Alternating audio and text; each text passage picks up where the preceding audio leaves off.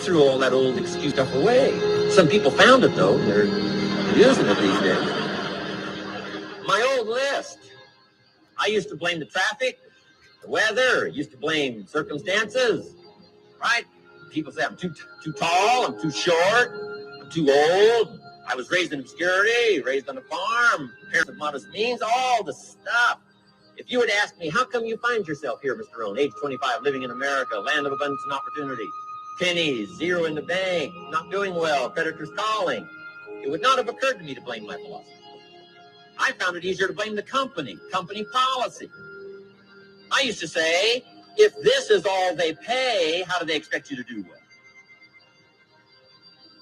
So I figured that, my future was going to be tied to what everybody else was arranging, the economy and, right, interest rates. I used to say things cost too much. That was my whole explanation, not my philosophy, until my teacher taught me better that this is where the problem was, my own personal philosophy.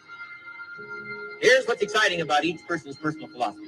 That's what makes us different than dogs and animals and birds and cats and spiders and alligators. That's what makes us different than all of the life forms. The ability to think, the ability to use your mind, the ability to process ideas, and not just operate by instinct. In the winter, I'm telling you, the goose can only fly south. What if south doesn't look too good? Tough luck. It can only fly south. But see, human beings are not like a goose. It can only fly south. I mean, you can turn around, go north, you can go east, you can go west, you can order the entire process of your own life. And we do that by the way we think. We do that by exercising our mind. We do that by processing ideas and come up with a better philosophy, a better strategy for our life, goals for the future, okay? Plans to achieve those goals. All this comes from developing our philosophy. Philosophy helps us to process what's available. Well, when we get here, we got seed, and we got soil, and we got some rain, and we've got some what? Sunshine, and we've got some seasons, and what? The miracle of life. Now, the key is, what do you do with all this stuff? How do you turn all this stuff that's available here into equity and promise and lifestyle and dreams and future possibilities? All of this that's possible now with human beings, how do you take all this stuff and turn it into this equities and values? Well, it starts with philosophy. What is the seed? What is the soil? What is the sunshine? What is the rain? Is it possible to take some of each of all the stuff that's available and turn it into food, and turn it into value, and turn it into nourishment, turn it into something spectacular and unique that no other life form can do? And the answer is yes. But you cannot deal with all this stuff and what to do with it unless you start refining your philosophy. Think, use your mind, come up with ideas, and strengthen your philosophy. So the seed and the soil and the rain and the sunshine, this is called, the economy and the banks and the money and the schools and everything that's available out there, processing information, what to do with all that, and turn it into equity and value. That is the major challenge of life, my personal opinion. So each person's personal philosophy now is going to determine what you're going to do with seed and soil, sunshine, rain, miracle, the change of season. That's it. My personal opinion. Each person's personal philosophy is like the set of the sail. That's what this seminar is for today. Help you to trim a better sail. You don't need a better economy. You don't need better seed and soil. In fact, when it comes to seed and soil and rain and sunshine and seasons and the miracle of life, that's all you got. Now, what if you blame this stuff? Then you're blaming all you got. If you blame the economy, and you blame the schools, and you blame the teachers, and you blame the sermons and the preachers, and you blame, the marketplace, and you blame the company and company policy, what else is there? When some people get through with their blame list, there isn't nothing else. That's all there is. And if you blame the only thing you've got to work with, I'm telling you, it's called mistake colossal. In not understanding that that's all you've got to work with. And if this is all you've got to work with, then you don't change the seed, and you don't change the soil, and you don't change the rain, and you don't change the sunshine, you don't change the seasons. Right? God says, I'll take 3 springs, 4 summers, 9 falls, no winters. No, you can't fool with this stuff. You got to take it like it comes. Then what do you change to make your life work well? You got to start with your philosophy. Guess what I had to do at age 25 in order to change my own future? I had to change my mind. I had to change my thinking. I had to change my philosophy. I was messed up on what was causing my problem. And once I got that straightened out, that all the stuff I blamed, the government and taxes and the marketplace and the economy and things cost too much, negative relatives, cynical neighbors, once I got rid of that and started going for where the real problem was, which was me, I'm telling you, my life exploded into change. My bank account changed immediately. My income changed immediately. My whole life took on a whole new look and color immediately. And the early results I got from making these philosophical changes tasted so good, I've never stopped the process from that day until this. And I'm telling you, with a little consideration of the refinement of your sail, by setting a better sail, refining your philosophy, your whole life can start to change from today on. You don't have to wait till tomorrow. You don't have to wait till next month. You don't have to wait till spring. You don't have to wait till 93. You can start this whole process immediately. I recommend it. Now, some people do so little thinking, they don't even have their sail up. I mean, you can imagine where they're going to wind up at the end of this week, at the end of this month, at the end of this year. Now's the chance to change, process all this information. So number 1 is philosophy. Okay, and we dealt with all that, where we get ideas from personal experience, from other people's experiences. I don't want to get into all those details because we covered that the last time I was here. But philosophy, that's number 1, my personal opinion. Each person's personal philosophy. Here's the definition of success and failure. Just make this note. Here's failure. A few errors in judgment. Repeated every day. Now, you can automatically assume, Mr. Owen, I say, I can understand that. A few errors in judgment repeated every day. For 6 years?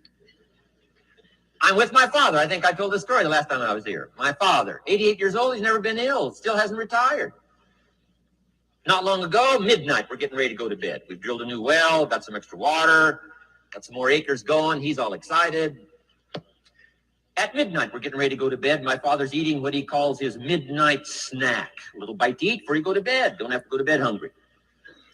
And I'm watching him eat this midnight snack. Guess what he had? An apple, a few graham crackers, and a glass of grapefruit juice. I said, no wonder my father's so healthy. My mom taught us all those good health practices. Taught me when I'm growing up, right? I'm an only child. I've never been ill. Passed the big 5-0 some time ago. My 2 daughters, 32, 33, never been ill. My grandkids, never been ill. I'm telling you, the legacy lingers on. As I watched my father have this midnight snack, suddenly it occurred to me. I know that's part of it. An apple, what? A day. That's gotten to Dallas-Fort Worth, right? An apple a day keeps the doctor away. Good question for this intelligent audience. What if that's true? You say, well, Mr. Owen, if that's true, that would be easy to do. Then what's the problem? It's easy not to do. It's easy not to adopt it as your own personal philosophy. Or the guy messed up the saying. Guy says a Hershey bar a day. Say, no. You've been watching too much television. It is not Hershey bar. You got to be smarter in philosophy than to fall for the Hershey bar a day when it's an apple a day. You got to be smarter than that. And if you make that kind of an error in judgment every day for 6 years, I'm telling you, it'll accumulate into disaster. Sometimes the first year you say, well, I'm so healthy now. What difference is it going to make? You got to be smarter than that. Just because disaster doesn't fall on us at the end of the first day doesn't mean disaster isn't coming.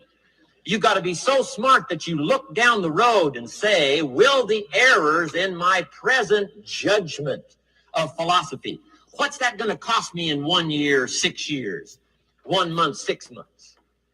I'm telling you, the money cost and the health cost and the success cost is too gigantic. If you look down the road a little ways and say, are there errors in my current judgment like an apple versus a Hershey bar? Is that just a good illustration of some of the rest of my errors in judgment? If it is, that's where I found myself at age 25. I started working when I was 19. I met my teacher who helped turn my life around when I was 25. That's 6 years. At the end of the first 6 years of my economic life, I've got pennies in my pocket. I've got nothing in the bank. The creditors are calling saying, hey, you told us the check was in the mail. I'm embarrassed. I'm behind on my promises. I live in America. I'm 25-year-old American male. I got a nice family, every reason to do well. And I'm messed up. Now, what's messed up? I used to think it was the community that was messed up, and the country was messed up, and the government was messed up. If those Democrats ever get in the White House, that'll really mess things up. If the Republicans stay in power, that'll really mess things up. The economy was messed up. Interest rates are messed up. I thought all this stuff was messed up. Then I found out that's not what was messed up. I was criticizing the only thing I had to work with.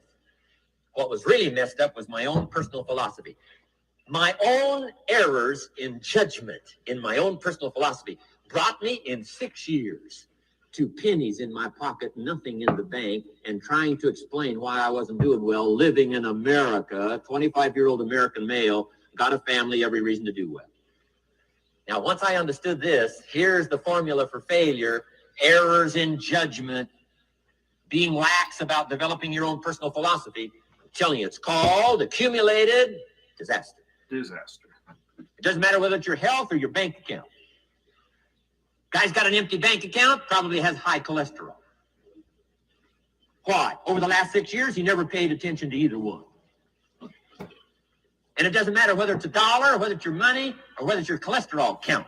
All you got to do is commit the errors, and just because disaster doesn't fall on you at the end of the first day that you don't eat an apple. You say, well, I didn't eat an apple today, and tonight I'm not ill. Well, you got to be brighter than that. Someday you got to leave first grade. The reason we make those first grade desks so small, so they won't fit at age 25. I mean, right? You don't belong here anymore. Come on.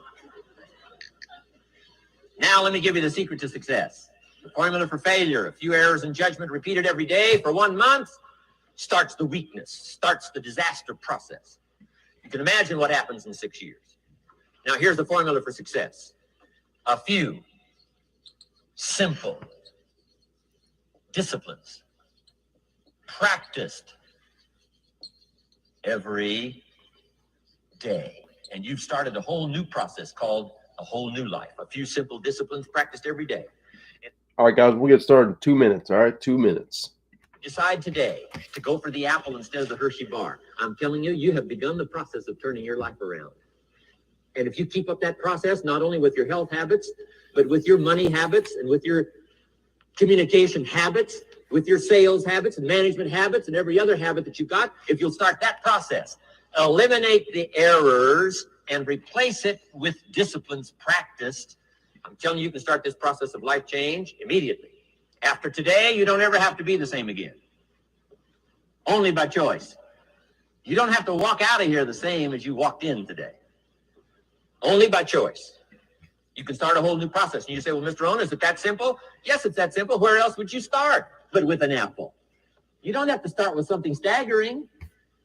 What if you should be walking around the block for your good health and you don't? What'll that do in 6 years? I'm telling you, the word is disaster. You could and you should and you don't. Here's an even stronger word. You won't. I mean, don't might mean you're careless. Won't probably means you're stubborn. Don't be stubborn. And either one's called disaster. Could, should, don't. I'm telling you, that's why at the end of 6 years, I found myself with pennies in my pocket, nothing in the bank, creditors calling. Could, should, won't. Could, should, don't. It's called disaster. It's called disaster.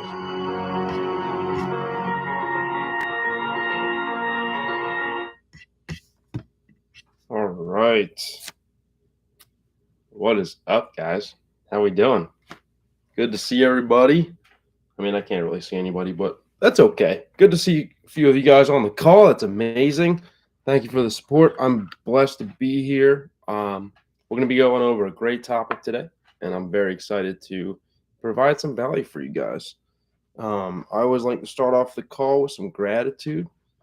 I'm so thankful for you guys for hopping on with me today. Our audience seems to grow every week, which is amazing, and I'm super blessed for that. And I'm so blessed to just have all these educators, all these books that I have to read, all of these people in our community that help us grow together, our mastermind that we have. It's just so amazing that we were able to find each other and just continually push each other in new and better directions. And it's just so nice to have that ability to be held accountable for other people, because a lot of the times we are trying to hold ourselves accountable, but it doesn't actually work as well, because a lot of the times the things that we believe we're doing good in, we're actually altering the results in our favor, and we're trying to make ourselves feel better about stuff like that. So it's important to have people in our community, in our groups, to be blunt with us and to truly show us, where our strengths and weaknesses are. So I'm blessed that you guys are on this call. Thank you for joining me today. And we're going to go over a very powerful topic that I am very passionate about. I truly think that and truly believe that habits are the foundation for any development in your life, whether it's financial, career, whether it's trying to build a family, trying to have a better relationship with your significant other, whether it's having a relationship with your kids, your nieces, your nephews, and just trying to become the best version of yourself, right? And it all starts with first thing is the thought, but the second thing is how that thought generates action, and the actions being the habits that we incorporate into our daily routines, right? So we're going to go right into it. We're talking today about the four laws to create a good habit or good habits. Okay. And it'll apply to really most things in your life. And we'll kind of go through these things. And what I found was that applying this information was one of the few things that actually jump-started my development about a year ago when I joined this business. It was about October of 2021. And from there, I just dove deep into mindset, because I found that I had some skills in areas to make me money, but the only thing that was hindering my development was the lack of confidence, allowing myself to be emotional, or just feeding bad habits or feeding negative emotions that would then honestly take away from the work that I was doing in those positive areas of personal development and trading mindset. So let's dive right into it. So it's going to be the 4 laws to create a good habit. And number 1 is going to be make it obvious.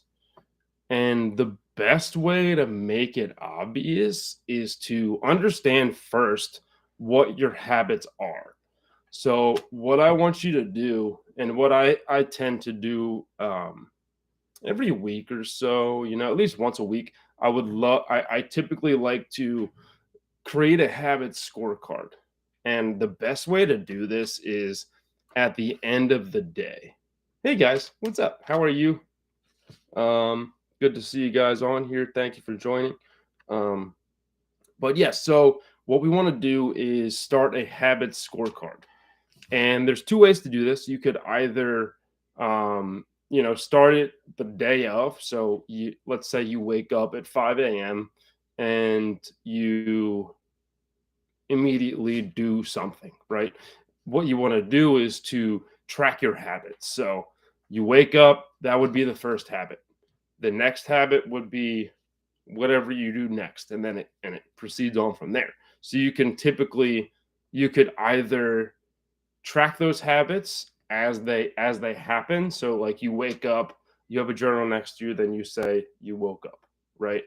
And then you can move from there. Or what I typically do is, and what it actually really helps me with concentrating my thought patterns is at the end of the day, I'll track my habits from the end of the day to the beginning of the day. So let's say I'm sitting at my desk at the end of the day and I'm journaling and doing my night routine, right?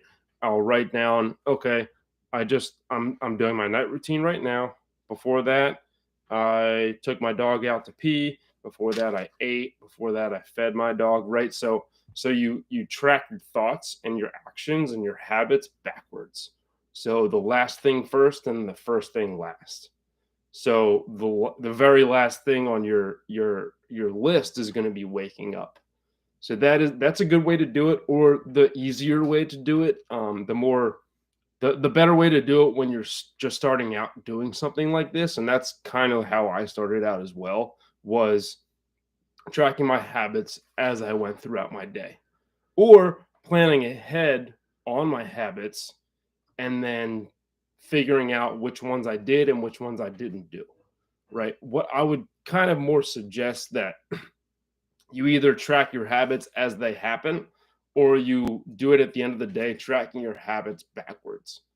Um, and the reason I say tracking your habits backwards is helpful is because it keeps your attention controlled, right? Because a lot of us have a tendency to, you know, be present in our day, right? Physically, but mentally, our mind is somewhere else. Maybe we're eating dinner with our family and we're thinking about the bills we have to pay, or we're thinking about what we have to do tomorrow, or we're thinking about this or that, and our attention is taken away from our present moment, right? And so it's very easy for us to get distracted when we're trying to focus. And a technique that truly helps strengthen your focus in the here and now is this strategy where at the end of the day you mark your habits as they go backwards. So it's really helpful to do that. What I want you to do is to write down your all your habits from today. You could start now. You could do it today if you wanted to. You could do it at the end of the day today. Or honestly, you might as well just start now and just track the habits that you've done from when waking up until now, and then track your habits for the rest of the day. And the best thing to do, and where we're going to get into, is um, you'll write all your habits down daily, and then um, every habit that is beneficial to your growth, to your goals, you will mark a plus next to. Okay, so and I'll explain what all these are after I explain each one. But so the good habits get a plus next to it, the bad habits get a minus sign, and then the neutral habits get an equal sign. So how does that look? How do we know what's a good habit, what's a bad habit, and what's a neutral habit? So I'll give you a few examples. So waking up is a neutral habit. That's how I look at it, because everybody wakes up, unless you're, unfortunately, that's your time has come, right? But most people, they'll be waking up every single day. So waking up is a neutral habit. So I'll put wake up and then an equal sign next to it.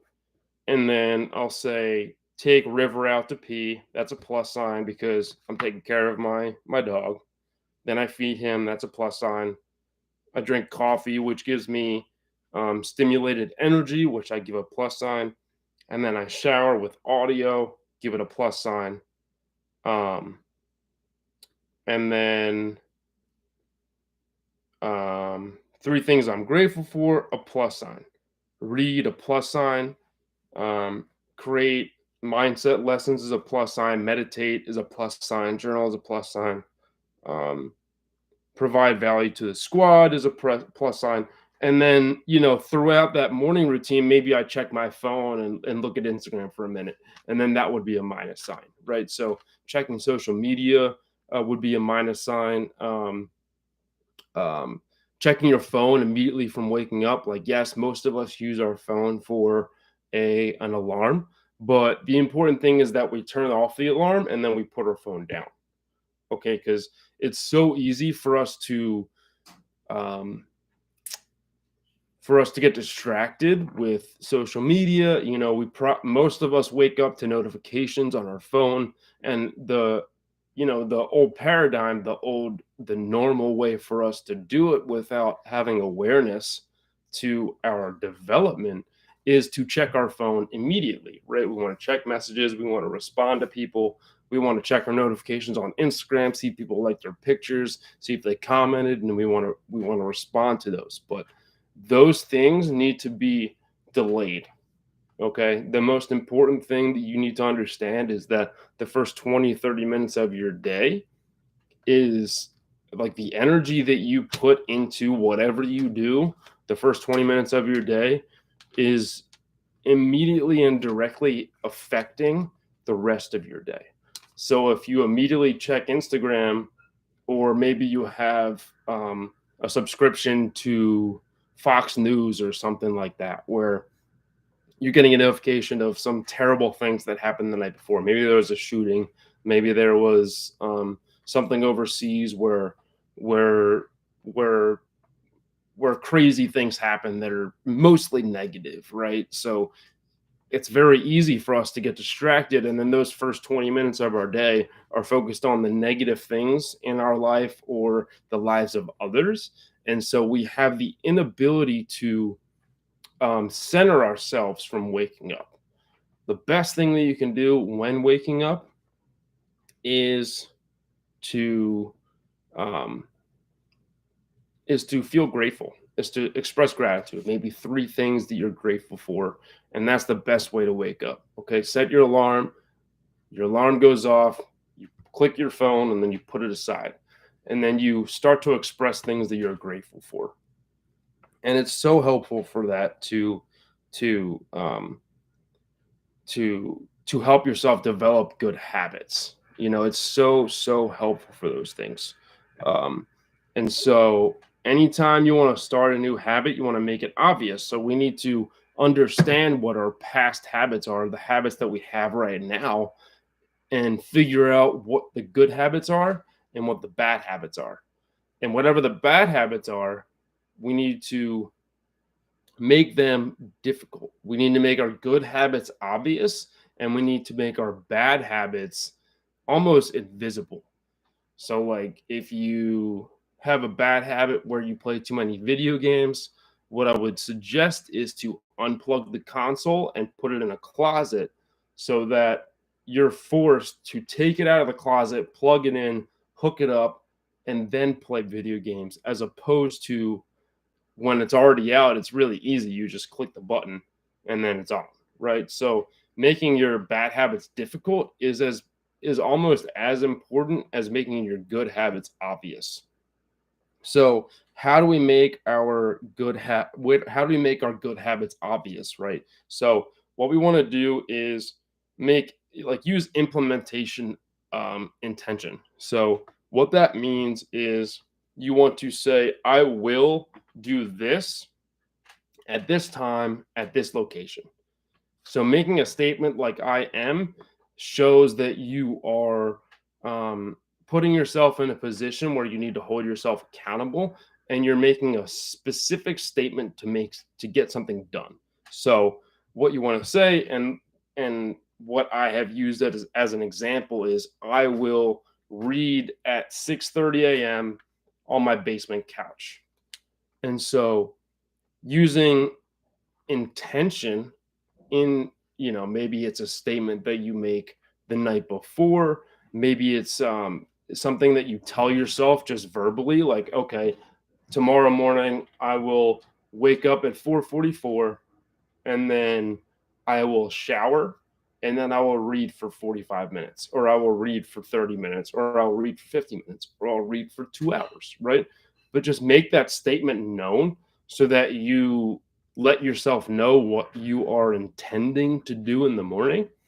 Because what's really helpful is that when you say something like that and then you follow through, it builds your confidence, right? And confidence is where you really start to get into that flow state where you are feeling super aligned with your goals and you're feeling good all day long. There's no negativity in your voice, there's no negativity in your thoughts, there's no negativity in your body's expression of feeling, right? So making statements that show your intent shows that you are committed to that statement. Okay. And it's very helpful to have those types of things, especially when it comes to new habits. Like this past week, I have been, like I started waking up at 7 over the weekend. And then yesterday I woke up at 5:55. I cut an hour out. And then this morning I woke up at 4:44. So I made the intended implementation on my schedule by saying I'm going to cut an hour from my morning, from my sleep every morning for the rest of the week. So I'll wake up at 7, then I'll wake up at 6, then I'll wake up at 4:44, and then that's honestly the goal that I set for myself. So now the rest of the week I'll wake up at 4:44. But making that implementation intention where I said I'm going to go to sleep at this time and then wake up at 4:44 and immediately shower is a way for me to show that I am making intention. I'm being intentional with my goals. I'm being intentional with these statements that I'm putting on myself, right? So make sure you use statements like that where you are, saying what you're going to do, where you're going to do it, and what time you're going to do it, because that makes a specific picture in your head. Because when I say something like, oh, I'm going to read in the morning, like that's so open ended, right? Like if I just say that I'm going to go read in the morning, like that makes so much opportunity for me to make excuses, right? Like like I could wake up in the morning and be like, oh, I said I was going to read this morning, but like I could easily do something else. Whereas if I made the statement of I'm going to read tomorrow morning at 6:30 in the morning on my couch in the basement, it gives a specific time for it. It gives a specific place for it. So if I'm not on my couch at 6:30, I know I wasn't impeccable with my word, and therefore I didn't follow through on my intended goal. Okay, so it's so important to have those details because it's a lot. It leaves us no room for excuses, no room for alibis, no room for for um, for anything really. It just pushes us to actually have that done because it has so much detail in that statement. The next thing is, especially when we're starting to develop new habits, we want to use habit stacking. So something that you typically do in the morning, like for right now I am always waking up and showering, right? So what I could do is habit stack that shower and say, okay, I'm going to wake up and run around the block, and then after I run around the block, I will shower, because the shower is what gets me out of bed earlier. So like I was falling short on waking up early, so I started waking up at 6:30 ish. And what I really want to be doing is waking up at 4:45. And so what I started doing was saying, okay, if I want to shower in the morning, I need to wake up at 4:44 and shower. And that's what's been getting me up is I wake up and then I reward myself by habit stacking my shower afterwards. And then after I get into consistency with that, I will force myself to run before my workout. So now once waking up before 44 is easy, I then that's the easy habit. Then I start to say, okay, now that waking up at 4:44 is easy, I'm going to force myself to run before I'm rewarding myself with the shower. So it's putting yourself in a position where you do something first, maybe you do something first rewarding before you do something that's difficult, or you do something that's difficult and then the reward is what you want to do afterwards. So habit stacking is very helpful um, when it comes to developing new habits. Okay, and that's really really helpful. So the next thing is to design your environment, right? So in order for us to make good habits obvious and bad habits almost invisible, we need to make our good habits obvious. And we need to design our environment to align ourselves with those goals, right? So for me, it's hard for me not to, watch Netflix until I fall asleep at night. So what I do is I design my bedroom in a way that forces me to see the book that I'm reading, right? So I make my bed in the morning and then I place the power of awareness on my pillow. And when I place the power of awareness on my pillow, I'm forcing myself that when I go to bed, I have to literally look at that book and see, okay, that was me intending to read before I go to sleep. So if I don't read right now, it's going to bring down my confidence, or it's going to just be completely unaligned with what I'm trying to do with my life. So I make the good things obvious, and then the bad things, I leave my laptop in the basement. So I make the bad habit difficult. So I go upstairs. In order for me to watch Netflix, I would have to walk down 6 flights of steps to get to my laptop, or I I also put a book on my pillow, which makes the good habit obvious. So designing your environment to hide the things that are um, hindering your growth and then making the good things obvious is super, super helpful. So things like if you're trying to work out more, right? Sleep in your workout clothes or set your workout clothes right next to your bed. So when you wake up, you got to see your running shoes, you got to see your workout pants, you got to see your workout shirt. And it makes it very obvious for you when you wake up, like, oh, I put these here for a specific purpose, and it makes you think about it, right? So it makes it a lot easier for you to follow through on those habits. So always want to design your environment, especially for things that are difficult for you. If you're having trouble, maybe not smoking weed during the day, or maybe it's eating junk food, this, that, and the third. If junk food is your issue, throw out every junk food that you have. Throw it all out. Go to the store, buy fruit, buy something that you can have available to you, because a lot of the times, especially for me, when I'm eating junk food, it's just because that's the easiest thing for me to grab in the moment. So things like cutting fruit up for you and putting it in the fridge is really helpful, because then you can just open your Tupperware, take a couple bites, and then you're good. Or you start to meal prep. So on the weekend, sometimes I'll just cook a bunch of shrimp, or a bunch of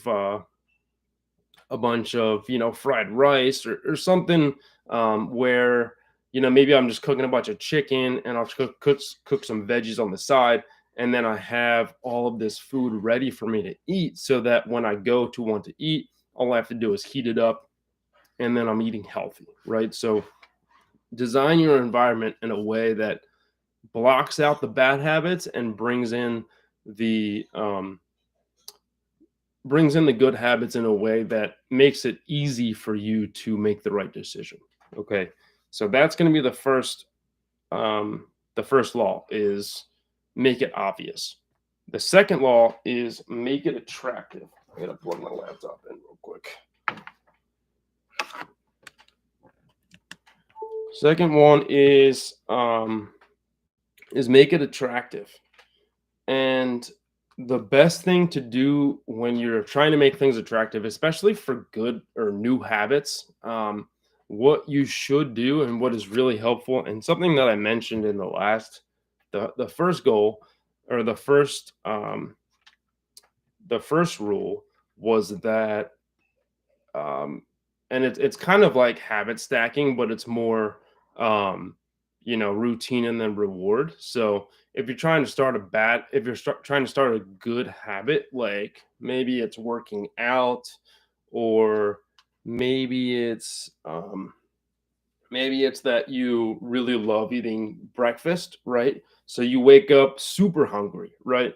But what you should do is start basically, if you want, let's say you wake up and you're super hungry, and the first thing you want to do is make some eggs and some fruit and drink some OJ, right? What you should do is put it in a situation where you tell yourself that, okay, I'm going to do my morning routine before I feed myself. So, and the best way that I do it is that I need to earn my breakfast, or I need to earn my shower, or I need to earn my free time with Netflix, right? So, in the morning, in order for me to shower, I need to run first. If I don't run, I don't deserve the shower. If I don't do my morning routine, I don't deserve to eat breakfast, right? If I don't go to class, if I don't do my morning routine, if I don't work out, run, and read, I don't deserve to watch Netflix. So it's little things where the thing that you want is put on the back burner until you complete the things that you need to do. And it's really helpful for us to do that, because it makes the thing that we don't want to do more attractive. Because in order for us to get what we want, we have to do what we don't want to do, or we have to do what we're not used to, right? Because a lot of these things are not necessarily things that we don't want to do, but they're more so things that we're not used to. And so they're not in alignment with what we're used to doing. And so it becomes more difficult. But if we make it attractive in a way that is you know, the action and then reward, it works very well with how the human brain is set up, because we have a much bigger drive to do things that we don't want to do when there's a reward at the end of it, right? Like, a lot of people, they work minimum wage jobs, and the only reason they do that is because they get paid at the end. They don't like their job, they don't like what they're doing, but they like getting paid for it. So it makes it easier for them to go into work when they know they're getting paid. And so that can be applied to any habit that you produce in your own life. And so that's going to be the second law, is make it attractive. And the an important aspect, and that's what we're very beneficial to have in our GYTB group, is that you want to join a culture where the desired behavior is their normal behavior. So we're very beneficial to have people in our group where people are constantly marking up charts. They're always doing their morning routine. They are hopping on calls. A lot of us are actually leading our own calls as well.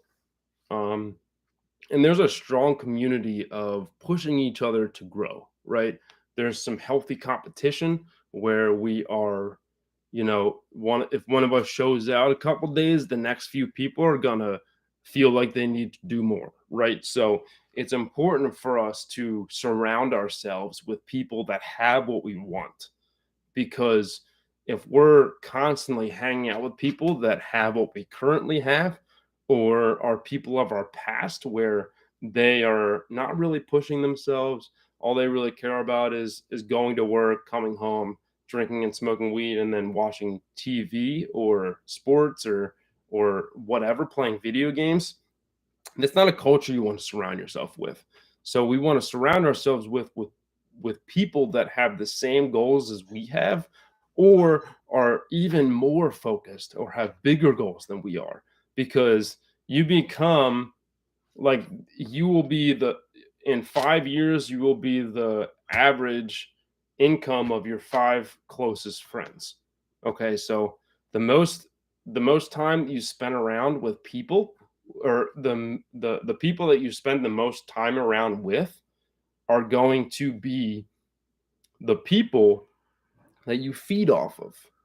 And so your income becomes a result from associating yourself with those specific people. So are you hanging out with people that are not pushing themselves? Are you hanging out with people that are content with where they are and not really have any desire to become more than what they are? Are you pushing yourself and hanging out with people that are kind of out of your league, quote unquote, or have more than you have currently? Maybe they are successful business owners. Maybe they are successful traders. Maybe they are funded traders. Maybe they are educators, right? Maybe they have what you want, right? That's where you want to be hanging out with people. You want to put most of your time in with people that have what you want. And it's so helpful for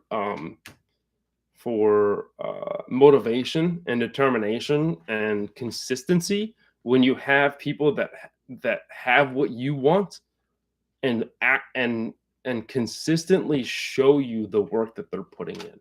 And that's what's so good about having discords and groups where we're able to grow together, have different conversations and different threads, and really start to show our strengths, right? Because for me, I'm a very competitive soul. So if I see somebody that's better at something than I am, I'm like, yo, I need to do better than this. I need to be better than him or her, because they're showing me out right now. And I don't know if everybody has that same mentality, but it's a good mentality to have, especially if it's constructive. If it tears you down, if somebody's like somebody's killing it in trading and you're looking at them and being like, why don't I have what they have? That's not the right way to do it, right? That's honestly hurting you more than anybody else. You want to make sure that you use these people as goals for yourself. You don't want to feel bad because they're doing better than you are. You want to celebrate the accomplishments that they've had, and then figure out a way to get to that level, right? And that's so important, is to celebrate people that have what you want.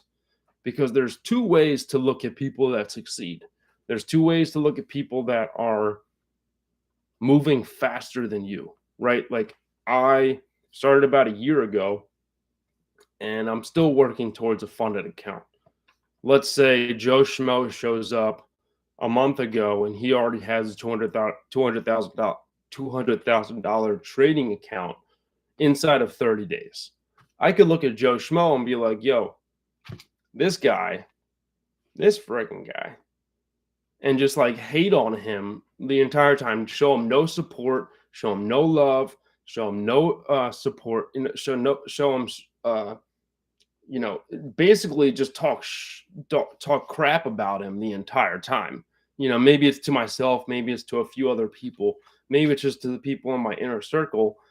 But even just talking that and saying those things into the universe and making that known, that that's how you feel, is going to hinder your ability to get where he is.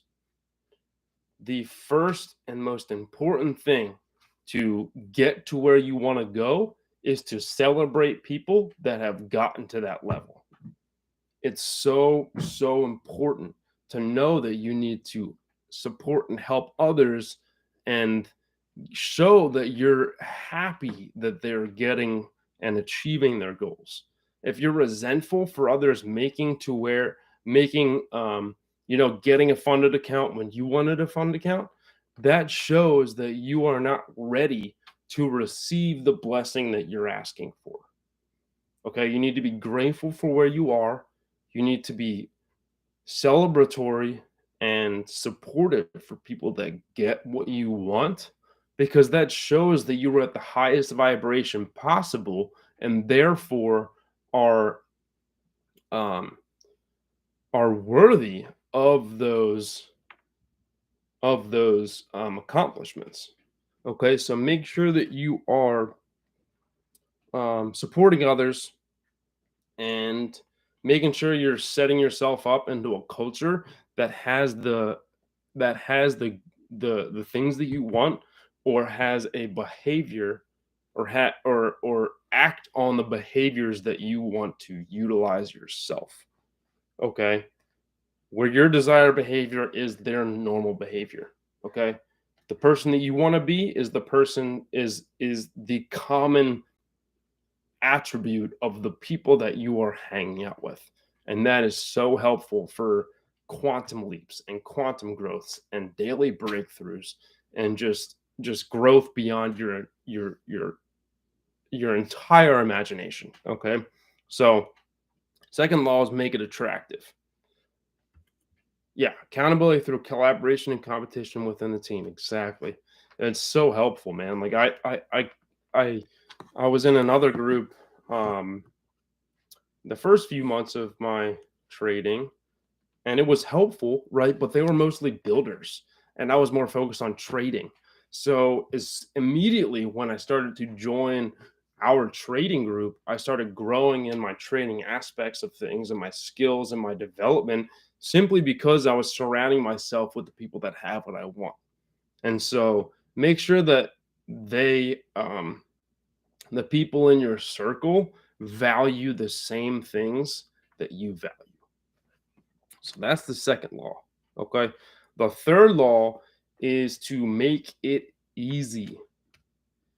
And I will say this is the most important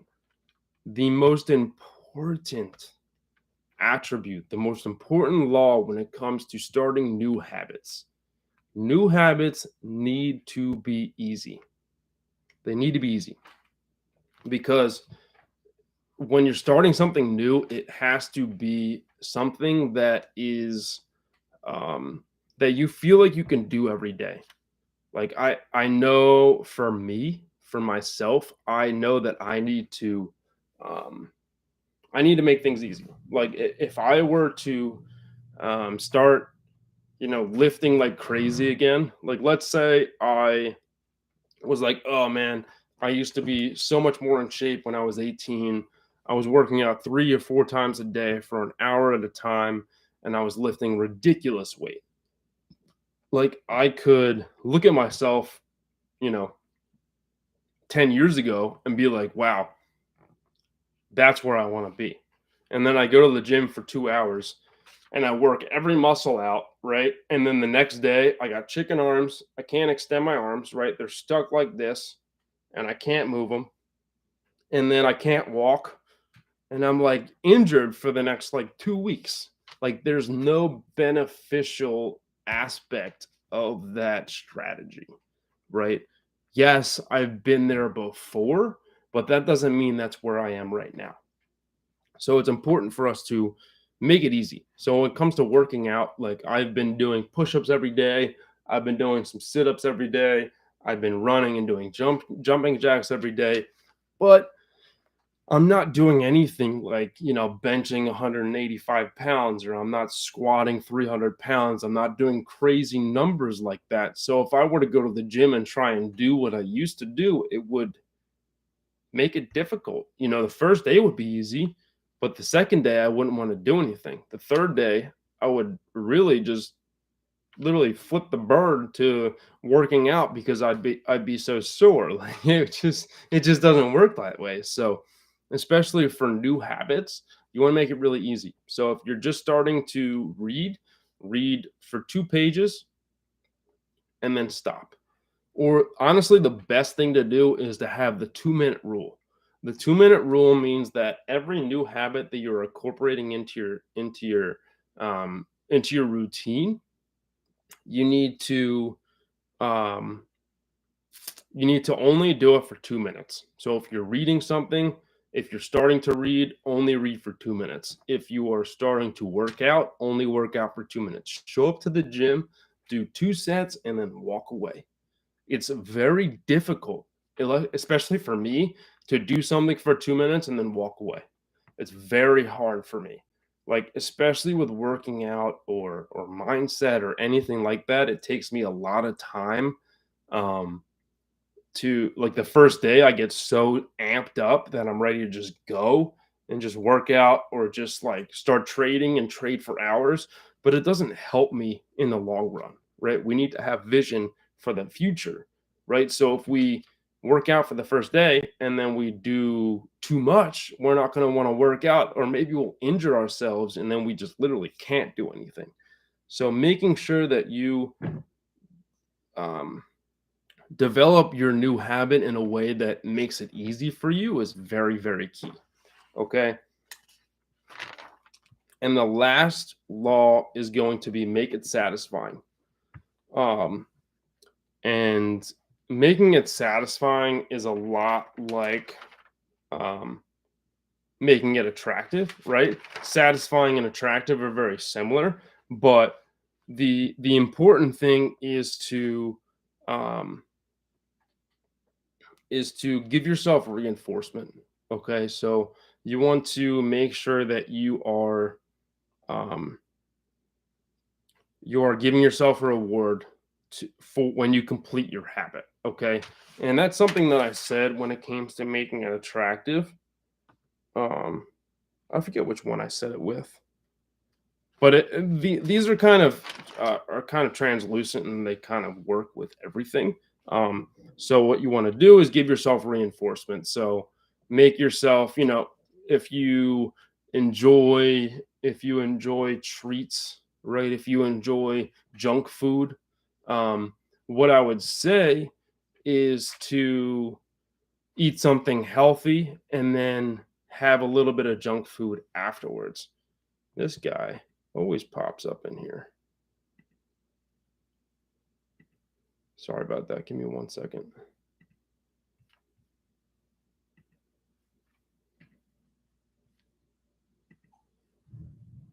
Goodbye, sex find info. Okay, perfect. Okay, so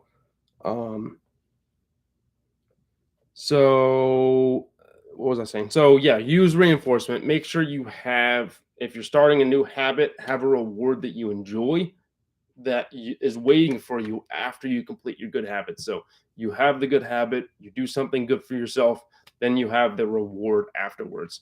The most important thing is to make sure that that reward doesn't negatively affect the habit that you're developing. So if you are trying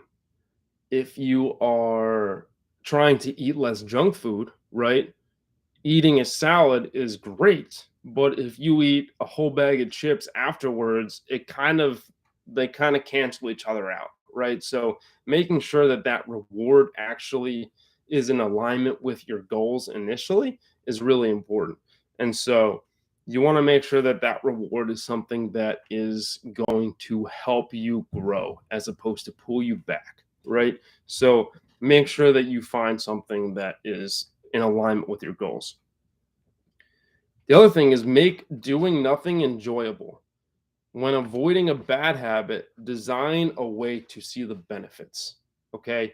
And I actually made an example of change the way you look at junk food, right? So a lot of people, they'll look at a bag of chips and be like, oh my God, they're so delicious. I love chips. They're so amazing. They taste so good and they go down so easy, right? But chips are not just delicious, right? They clog our arteries, and these are ways to look at it, right? Like you look at a bag of chips and you see the delicious aspect of it, or you look at a bag of chips. The way I look at a bag of chips is I look at a bag of chips and like, damn, that is gonna I'm going to gain 1 pound just from eating that bag of chips. Or that's going to slow down my growth this day. Or it is delicious, right? It tastes good, but it's all genetically modified ingredients. It lowers my vibration, it produces fat cells in my body. It hinders my ability to burn the calories that I've already eaten because there's such a high caloric content in that material, in that food, right? So you really just need to change your perspective on these things, especially when it comes to bad habits. You just need to look at them and find the bad in them. Look at good habits and find the good in them. Like when it comes to working out, yeah, it's difficult. Yeah, it makes you sore, but it truly helps you think more clearly. It helps you in the long term build more energy throughout your day. And it also builds strength. And when you build strength, you feel better about yourself. Like, yes, there's an immediate negative reaction of soreness, but over time, that soreness goes away. I don't really feel sore anymore when I work out because I'm so consistent with it. But if you look at it in a positive way, it really, really helps. Um, the other thing is to, when you make it satisfying, use a habit tracker. So keep track of your habits and then don't break the chain. Okay, so what I want you to do is to track your habits, and then if you miss a day, that's totally fine. Missing a day is normal. People make mistakes. I make mistakes. I miss days all the time, right? But the important thing is that it's not a consistent thing. Like I'll miss 1 day out of 7 days, right? But I make sure on that day that I miss, I set myself up for success the next morning, set many alarms to make sure I get up on time, make sure I get my routines done, and make sure I get the work in. So I grow the next day. Okay, so making sure that we never miss twice is really, really key. And so um how we make it satisfying is that, yes, okay, so let's say we did our morning routine for six days straight, and then we want to take a day off. That's fine. That's totally cool. um Intentionally taking a day off is one thing. Unintentionally taking a day off is probably better, right? So let's say we have a morning routine for 6 days. The seventh day we wake up, we don't want to do it, right? Maybe we just sleep in a little bit longer. That's great, but just get that morning routine done during the day at some point. And that's a way to make it satisfying, is like, okay, sick, I was consistent for 6 days. Now I've earned the right to sleep in, and now it's going to make my morning routine more satisfying. And therefore, because I made that seventh day satisfying as opposed to waking up super early and making it uncomfortable, I then want to do it the eighth day because I look at it in a positive connotation. Okay. And that's so, so helpful. And that's why you got the 2-minute rule for new habits, because when you're starting something new, you don't want it to be so overwhelming, but that by the end of that habit's completion, you are kind of like, I friggin' hate this. Like I just read for 2 hours after not reading for 4 months, and I'm overwhelmed and I never want to touch a book again. Right? The better thing is to, pick up a book, read for 2 minutes, get like 4 pages in, and realize that the book is amazing, and you're like, oh my god, I cannot wait to read the rest of this book. But you force yourself to close it and put it away. Imagine the power of that action, simply because you close the book and you're fighting yourself to reopen it, as opposed to 1 day of 2 hours of reading. You read for 2 hours and you're like, man, where's a lighter? I need to burn this thing, right? Like that just doesn't help anything. But if you put it in a position where you want more at the end of that habit, that's where the consistency comes into play. And that's where it becomes enjoyable to start new habits, because you start something, you do it, you realize, 2 minutes are over, you finish, and you're excited to do it again. And that's what we really want, is the excitement. to continue the habit the following day.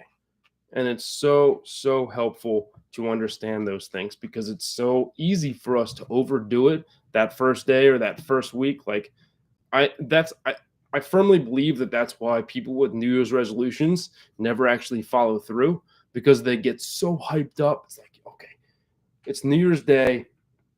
I'm so excited to start this new routine. I'm so excited to start this new habit. And then they go gung ho, and then it's destroyed after a week because they went too hard.